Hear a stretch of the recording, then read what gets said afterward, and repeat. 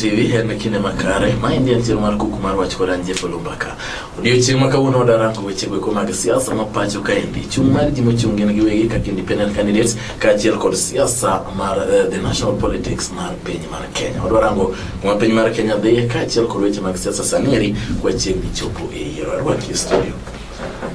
Eno kamano Jeff. Mos oganda wa maneno TV nisigi nyingi. Oganda luo amoso uni misawa uru. Nyinga en Dr. Eddie Okoth Odari. Yes. Asebet kabiro kato Jeff luonga ga weche mag somo. Yeah. Kawuono akia gimomiyo kendo chako luonga weche mag siasa. Yeah. Lakini endalo siasa koro wadhi wuoyo kuom siasa. Ero kama nya daktari. Agonyero kama madonga nya kumbira ng'eyo ne wasewacho kodi weche mag somo kaendi e thuolo mokalo. Odiochieng' ma kawuono wadwaro mondo wang'i weche mag siasa. Keching bende ng'amo lony e weche mag siasa. Inyalo nyisa ni sani kaka warango temperatures mag siasa ma pacho kaendi. Warango Jubilee kaachiel kod NASA. Inyalo wacho ni wan kuma chalo nade wachiegni chopo e yiero. Mokwongo gima nyalo wacho ma ng'ato ng'eyo. Yes. Temperatures mag siasa sani ni mar. Good. Sani wan gi promises. Yeah. Inyiso wa gik moko duto.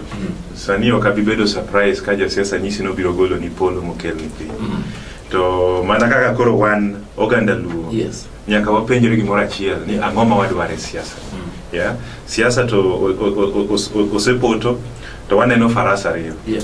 Kech faras ariyo ema dhi bet ka. Mang'eni kata mbaka wa mwadhi goyo. Ng'eni wen mbaka mar NASA. Yes, Jubilee. Yes. Yeah. Koro magi kama kama koro nyaka wang'iane to gi kaka bende wacho ni issue mag independent candidates e pinywa ma bende sani omako kuonde duto. Abiro bet mamor kuom wach achiel ariyo ma opinion mara yes. Ero kama na daktari. Daktari nyisa ne kwarango NASA. Chien gocha chande kane wan kodi to ne okwa wacho weche siasa nikech ne pod nitiere to mathoth ne wacho na ni oking'eyo ni to jo NASA gieki bende gibro bedo kanyakla. Ka giyiero presidential candidate bende pod gibro winjore. Sani eri giseyierore kendo gin ji abich mobet kamoro achiel. Iwacho ni strategy mar NASA e campaign magidhigo nyime inyalo wacho. Gima nya wacho ni NASA amor nikech giwinjore, giseyierore kendo tungni mane nitie matin cha gisewinjore kendo koro gidhi mbele. Yeah. Campaigns gi kaka gisebet ka gidhigo mbele paro na wuon anya wacho ni so far so good. To campaign strategy onego bed ni gichak gi ng'iye matin. An gima neno gi NASA nigi advantage mar numbers. Wan gi principles abich. Yes. From principles abich wan ga ng'wen ma gin mobile. Yeah. Wan ga ng'wen ma gin mobile minya wacho ni move nikech ka koro wawe principle mar abich ma en Isaac Ruto. Yes. Ma bende nyaka bed ni concentrate kaka koro area mare kaka governor ma Bomet to bende temo kendo mako Rift Valley. Ing'eni jopiny dhano en ng'at musiki parone. Yeah, dhano en ng'at miparone molosa misero. Ing'eni kata na jok ma kidhi yudo ka kijana dhi sero nyako to git piny matinde WhatsApp nitie ni ineno kosiki oro ne message okinyi saa 7 odhiambo. Koro jopiny onego paro negi mag policies gi mag strategies monego bed ni gichako gi ng'iyo malong'o. To kaka nyisi ni gin numbers onego an kane kora de advice ni jogi onego bed ni gipair maber. Yeah, kaka koro waneno kanyo gidhi Western idhi yudo ka jatelo Migosi Raila Amolo Odinga opea gi Wetangula giringo go kocha to kendo waneno kaka Kalonzo opea gi Mudavadi giringo go kocha. Pairing no ber kaponi ne gi take advantage magi spread in the country. Masama NASA ni Nyanza. Masama Raila kata gi Wetangula ni Western Kenya. To waneno ka Mudavadi kata Kalonzo bende pod ni region machielo kata coast paro ne joka. Monego bed ni sama joge wuok kae to jogi pod obiro nikech sani wane gimiluongo ni injury time. Yes. To injury time ni ema bende idhi yudo ka gimiwacho kawuono ng'ato ni kanyo oloke kendo ting'eni koro idhi yudo ka voter cha wiyo siko yeah, temo miyo nego bed ni sani gibet ma koro gin sama kaka an ka koro di penja to koro wacho ni Agwambo koro en gimo dhi otim osel policy. Yes. En koro wuothi ma policies mag NASA emosel. To the pair machielo ni to gitemo correct weche moko ma joko wacho maber kocha koro idhi yudo ka magi sell gima itimo to ma joko dhi oketho ka bende magi correct koro neno kodhi obet gimoro machal gima sako maluoro miketo ng'ato ma en uso policies to ng'acha en uso policies to ng'acha en dismantle gima opponent wacho kata correct gima opponent wacho marach kuom koro idhi yudo ka mae gima dhi mbele nikech kata king'iyo adier gima timore strategy the last few days kasebet ka ng'iyo news idhi yudo ka opponents mag NASA adier idhi yudo ka sani nyocha gidwa temo keto chairman jatelo captain mar NASA in a defense mang'ani kodhi kama nowacho kama to kinyo loke makoro en gimo loke makoro apani my strategy mane gidwa ni ng'ani concentrate to defend himself more than selling the policies we are willing policies koro sani onego chak ignore some of these things en onego concentrate the policies mag NASA wadwa timo ne jopiny ang'o 1 2 3 4 magi gik mwadwa timo to ka nitie anything to be corrected these others Kalonzo nikech ang'eni they pair very very well again that is now their work to mondo gi mark the whole country nikech sani idhi yudo ni nitie gima nya describe as virgin land kidhi area mar northeastern is a virgin land sani kichaki neno even eastern mamalo mane ong'eni ne was so not so good gi called in the previous election sani idhi yudo ka this is already converting to a virgin land koro magi kuonde monego beni the other pair sama jo moko sebiro kama wacho things which are negative kata keto weche moko mokadie to jogi ringo kanyo very fast to correct koro nego bet something more of a cycle otherwise so far so good but onego be made improve mondo we keep voters with their policies every time ochal litani mirisite kisiko ero kama na daktari to nyiswa ni to weche mag singo iwacho kawuono ni sani jasiasa nyalo nyiso ng'ato gimoro amora neno ka singo biro koni kod kocha ne ochako rekord mar somo bende Jubilee kana wache NASA bende wache koro Jubilee ochako wacho ne NASA kopo e gima ne wawacho sani Jubilee no ochako wacho ne interns gibiro neno ne interns oyudo kuma gidhi internship kende chulogi paro ni singo gi gini ang'o momiyo gin gik mane ok nyalo timo chon itimogi ng'eny singo chopo sa siasa ing'eni siasa en kaka siasa miyo to ochal kaka kisera ma samoro gimiwacho samoro kenadie tiwache samoro gimiwacho kenadie samoro iwache mana kaka nasenyise ni kisera ng'ato seng'eno dwa dhi kisera to biro kwa isut ni kata sut no bed no rome manade to sut no podok mare en idea mare nyako dhi otimamo nyako yudi gimodwa to king'iyo singo gi moko are not practical nikech kata kwachako evaluate nikech kata 2002 nomiwa free primary education to nyaka kawuono adwa penji ni free by primary education nitie un jo media une muwuotho free primary education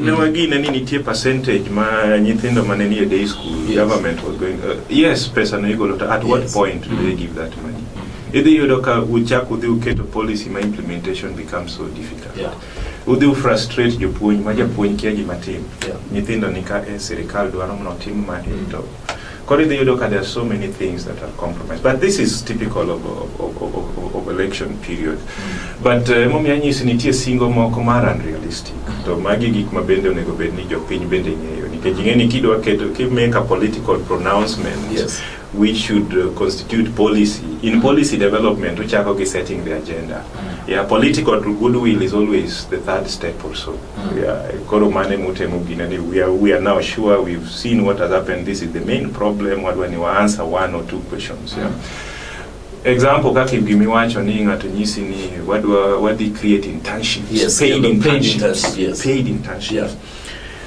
very well kapenji Jeff sani jadimo setieko school mo itimu maonge tich gintie mang'eny koro are you going to talk of paid internship or are you going to start talking of absorption yes nikech sami wacho ni we are going to create jobs we are going to create 100,000 jobs we are going to create 1 million jobs so already we are seeing that even the last 5 years jobs have been we have seen companies laying off people Sani wan nyaka gi supermarket mabendo seng'e for a long time kuonde moko ndikore ni moko chakre dwe mar abich poko chul to dhi lor gi loro branches gi Koro, where are you going to get these positions for paid internships? Some of these things are just to be based on policies. Yeah, to get a policy of training, and then training, there's going to be this internship. Maybe as a student got on the first year to goes to the same place over and over during his period of training. At the end of his training, then already personnel development osebedo develop makore en ngat mabedo absorb. Kore momiyo nyisi ni sani single teach you mang'eny lakini implementation highly ubiro bedo matek. In the last elections, if catch you example give this current government, there were laptops for primary education. Then it is so many things many people promised. Of course we have seen free maternity. We can argue here whether it was really free, because Samiketo free now, and Samini Sanidiketo like free maternity or free education. I'm going to adding inequality. They don't the same, so I'm not going to pay for it. But when it comes to that point, already quality has completely gone. Some actually want give free healthcare. Free healthcare, and it doctors are on the streets, nurses are on the streets, and some of the things my doctors do are nurses do are things as simple as gloves. Do are the simple things that are also for the patients. Then you don't need single get or wanegi kaka single, but an gima do gima adwatemonis Uganda wa. And that development at the local level. Any pain in empowerment. Tongat mangi uwezo okubidwaro empower ngat maonge uwezo. Mane shida manti. Nikecho saying ni samise empower ngat maonge uwezo cha tise lose control over that person. Kolo sanijo pain sani nego concentrate. Mamiyo anasika wacho ni the most important person ma Jack Gokura kata voter onego ngikinli MCA, member of the county assembly. Nikech ngano ubro yudo about 70% on at personal level. To the engat mubro wacho ni we want this and this and this and this done. Then if you look at this member of the county assembly is able to work harmoniously with the member of parliament. Then if you look at Koro opinion, the power of the people, chako is from the development. Koro magi gik ma opinion nego bed ni gingiyo. Who is giving me the agenda, my agenda at that local level? What we need, and how is this person going to meet this person? To magi shida ma wasebet go nikech yudo again on into presidential debates mag the biro. Adwa biro winjo kaka gidhi loso. Ero kana nya Dr. Eddie obro ka yo matin kod uga kachiel to obro dhi nyime kendo chenro mar ariyo obro rango ni to chung mar independent candidates okay gwenge mag Nyanza kende to mana sani ri wang'ene wan gi presidents mochung kaka independent wonire kod oganda bende mochung kaka independent candidates modwa rango ni to gin to chances machalo nade.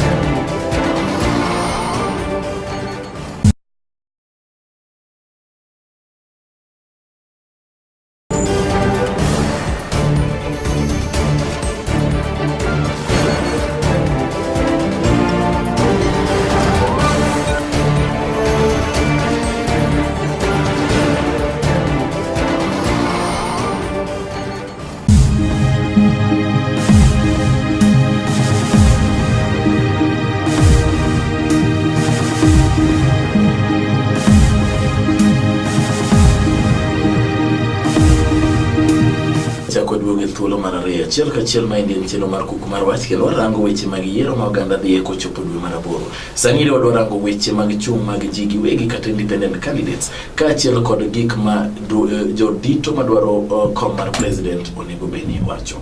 Arwaki studio daktari. Daktari, nyisane wach mar jok mochung kendgi independent candidates. Sani wan kod alaja namba 2013 ne okwaneno wach ni ria. Sani obet owuok. Jomoko poko ng'eni independent candidates gito gin jok machalo nade. Jomoko mede ngi perception sani ki ng'iyo gwenge ma Jubilee ni strong wacho ni samoro independent candidates go koma joma NASA mo front. Kidhi kuma NASA nitiere gi oteku wacho ni independent candidates gin jok ma Jubilee mo front. Ler nitiere kure. Anyway, kwadwa ng'iyo independent candidates matut. Yes. To wabro yudo ni independent candidates. Ka wan gi independent candidates to independent candidates team. Nikech jok mwadwa yudo kochung as independent candidates. Yeah. Just about 2 months ago, 3 Yes. months ago, negine parties. Yeah, negin very strong members mag Ruon Buche. Yes. To maybe gima nochako dhi otimore makoro idhi neno ka ji nochako dhi odonjo bet independent candidates. Majority ng'eny gi idhi yudo ni gin jok ma time mar nomination defection cha nokalo. Bed ni ne gin gi opportunity. They were dhi yudo ni maybe kaka NASA ni dhi yudo ka ng'ato koyudo nomination e ODM no dhi donjo fodgi. To since ne onge that window mane koro nyaringo go e party moro to still subscribe to the ideals of his party or the ideals of the coalition. Neither you don't koro gidhi chung as independent. Koro mae gima temo wuondo pachwa ni independent. But kidhi ng'iyo hie matut. Yes. Jogi kata kidhi ng'iyo manifesto gi. Manifesto gi gidhi yudo ka still enshrine the manifesto mag parties mani. Koro sama wacho independent candidates nyaka wabed very keen nikech ena independent by name, but at the end of the day they don't podo subscribe to the ideal of the original party. Manyiso ne gikanyero daktari temo wacho ni welo ni rima no keto jogi obet koro chungi wegi. Yes. Ne okotimore maber. Yes, rules mano beto gi welo mane anyway no one know what happened. Maybe mano dio chako timore 2013. Yes. Welo nikech idhi yudo ka welo ni shida no chakore kanye. Nikech ng'eni kidhi yudo adier ikia ng'ami support. Ikia ni support party gima ni party otimo, ikia ni condemn party. Nikech kichake dhi yudo keenly nomination en affair mar party. Good. So one of the things manotimore marach ni during the nomination, which register was used? Negative IEBC register. In real sense, a welo negotigi party register, which is basically stored under Registrar Lucindum, which of course is the only public servant also 6 years in acting capacity. 6 years. I think she's in her 6th year, but that also tells you something that if you don't dance to a tune, then remember yours is just a temporary position. Koro magito our politics for another day. Yes. Koro neither you don't need kingi adieri to party had an upper hand. Engamagidwa year as their candidate because this should be a party affair.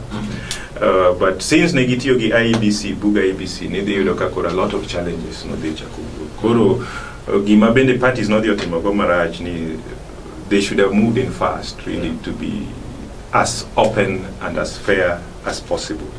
To kamidi yudo kakoro dhano yuake. Yes. To aneno ni you have a right as a person. Because at the end of the day, either you look at jok moko chung kaka independence is not negidwa chung kaka independence. You look at your pin bende push gi. Yeah. Ine misebet kodwa ka isetimonwa gini waneno nogoli yo marach nikech japincha ingeni noko par ni nomination should be a party affair. Waneno nogoli marach to isetiyonwa maber koro wadwa ni ichaki chung kendo.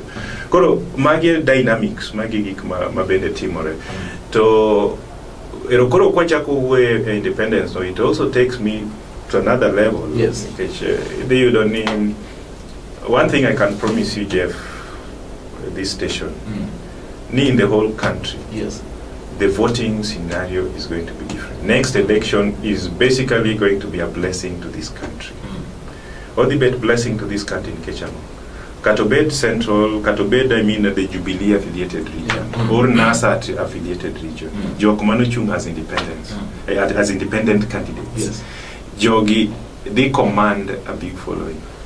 Watch the next parliament, the next county assemblies. We are going to have a lot of independent candidates. Yes. So, and kipenja independent candidates. To me, as of course, some parties sell manifesting. Any party is also interested in the numbers. Kaka vote 6P. Numbers. But this is for the interest of the party. But Kadiangio, the interest of the person. Yes. The interest of the person may not be the 6Ps that we are talking about. The interest of the interest of the people and performance and development. Kore de yudoni independence kaibe tiyo kumuse tiyo Orijok Mabende have got potential to deliver. Yes. Tingeni, of course, the party will want the numbers because, of course, there are so many things, including their portion during allocations based on numbers and in parliament. But one thing I can tell you that Katana Luo Nyanza watch Nijok Machung as independent candidates in Nyanza. I doubt Nika Jatelo, Raila Amolo Odinga, Kautelo. I doubt the independent candidates in the parliament are going to go against Raila Odinga. They will not. Support no, they will not. They will have to support him. I doubt independent candidates, assuming that President Uhuru Kenyatta I doubt independent candidates from the Jubilee affiliated region are going to go against Uhuru Kenyatta. It's not going to happen. Koro Emomi and independent candidates, they're not purely independent as we think, but Gina Jok must still subscribe to those their parties, the party ideologies. It's only that for now, for some reason, they are giving alternative leadership. And to me, this is really nice. Either you have options to choose from. Iparo na daktari gidhi yudo ka tich dhi bedo mayot nikech chaneno ka ikine ka kinde jodito mag kata mar Jubilee Party uro osebedo ka temo uso wach mar 6 piece nero nego sidinga beno setemo ka uso ka ng'ene ineno ka uso 6 piece nieri en onyiso nang'o ne jotelo gi Uhuru kaachiel kod Raila onego giuse koso onego giwe ne jopiny makoro iya anyisi gimoro achiel ni kaka party neno like as a party Raila or Uhuru will be justified mondo us party mari. That is why you are a party leader. Koro, when you talk of 6 piece, you are justified when you go about 6 piece as a party leader. And that's why I'm telling you that at the end of the day, the power is going to remain with the people. With the people. Temomio, either you don't like Molok Natokaka Koro Raila Amolo Odinga. Situation mari is a little bit tricky. Anka somebody paid my opinion. I think with him now at his position where he's a NASA flag bearer, I think he should be silent on this issue of 6 piece. Let the lieutenants, party officials, Katobed, Honorable Joho, Emakoro 6 piece. But then now, I think he should be a little bit silent on this. I'm just going to talk NASA affiliated parties. Na ndio kako na wacho ni 6 episode ya mjaneto jinemo nito wanasa wangidondo dubuche mang'eny ang'omo yosami wacho jembo yiwile gi dondo dubuche yes mane mo miwijo kanyisi ni position mara ila sani and position he is now a father of many parties under NASA there are different parties mubiro together focusing on the same idea Koro as that father which ODM sani koro wene chairman mar ODM or I mean deputy chairpersons mag ODM Katobed Honorable Paranya, Katobed Honorable Joe Magidwani or talk about 6 piece, that person will be justified. To anyone managa kanyisi and Sani is a father of NASA. Koro he really needs to be so much silent on the 6 piece.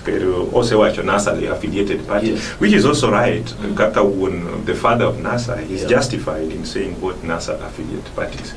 But at the end of the day, I also know that himself and Benongeni Jokmode independent they command. They command a huge voting bloc. Remember Gimati Morekendo San, as much as we are seeing that we are having NASA regions, we have Jubilee regions. Kawachakwa dok kendo piny kabisa. Tuwachakwa the yodoka there's the clan factor. Mangat Masa Mori wachoni that is independent okadwan. Ngano is also commanding a following. Tosani, all these votes, we need them up here. Nikech at the end of the day, Okadu and Nikech, even in my constituency, 2013, when in my constituency there were I think my constituency voted in a Ford Kenya candidate, candidate as much as the 6 piece. I mean, the 6 piece was the order of the day. But at the end of the day, your pain, also the weakness is the strength of the people. Kata Kingio counties in Nyanza, Kato, even if we would take, for example, arbitrarily, let us take Kisumu County. Jopinyonge the strength mar Honorable Ranguma, the governor, His Excellency Ranguma, the governor of Kisumu. Jopinyonge the strength and the weakness of Nyong'o, because Nyong'o and Professor Nyong'o was an MP of Kisumu Rural for so many years. The person who interacted with him at the level of Kisumu Rural will know the strength and the weakness of Honorable Nyong'o. So whether you like it or not, if this person or watch another go to Nyong'o, they go to Nyong'o. If this person is going to look at the development records of Ranguma and Marangu Motima in the past 5 years, in his, arbitrarily I'm looking at the former Kisumu Rural, can't gauge the two. So you see, this person is going to gauge the two and is going to see the strength of one versus another person. Because at the end of the day, the power of the power is vested on that voter. Not man pincha. Maluka wangeo ni ndalomoro years back when Orengo was not in the same. Orengo was not in NDP. I think he had a party. And Orengo had a very nice campaign strategy. I think kind of move with the deal. No actually, miyama mare mpito mama lo chato tiegiwi. Kora hapa ni already jopiny bosengeni mamalo chawati kupiwa lakini mapiny kata madire kae to this is what we want. And the moment Malokacha, I'm a little bit reluctant ni Malokacha should sell so much of 6 pieces. He needs each and every vote. Yeah, each and every vote is going to count Malokacha. Lakini piny kae hapa ni jopiny kapok gigine to gisaiya. I don't think whether there is much that is going to start to change. Yeah. Pero kama na Dr. Eddie agoni ero kama no kumka upuru mari chiel kachiel mar biro e lolwe thuolo o mai wawangwa mana matinda kikachiel kende ruling mano tim kod supreme kod koro appeal mawacho ni koro duoko mar jatend piny owacho bilandi constituency level paro ni to en onyiso nade ano ka oganda moko sana kaka Jonasa ne obedo kod moro ahinya wacho. And I think ruling Mara Court of Appeal, I don't look at it as a Jubilee or a NASA affair, but I see this, the Court of Appeal giving back the power to the people. That is what we need, and to me, I think that was, I think that was a breakthrough, in the history of politics in Kenya. And even the court has now seen, of course I don't see that they will say that they were blind before, but they've actually exemplified themselves, confirm the power belongs to the people. So that ruling, it was a very objective ruling. There were so many things that were not making sense.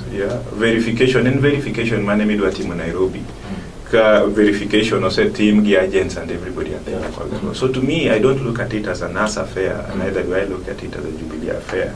But I'm just seeing that, of course, the court of appeal is confirming to the people that the power belongs to you. So that ruling should not just be on the voting. But I mean, it should not just be on the transmission of results, but should also remind that voter that the power belongs to you. At the end of the day, the power resides with you. In whoever you want to elect, the power belongs to you. Manegima kodbe.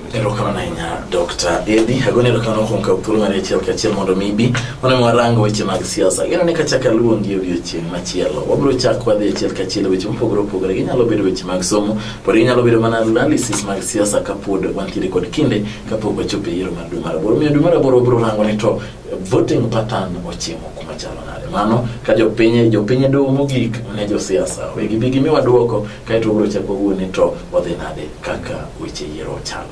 Ero kamana Yes. Kendo medo gunwero kamano kuom ma utimoni.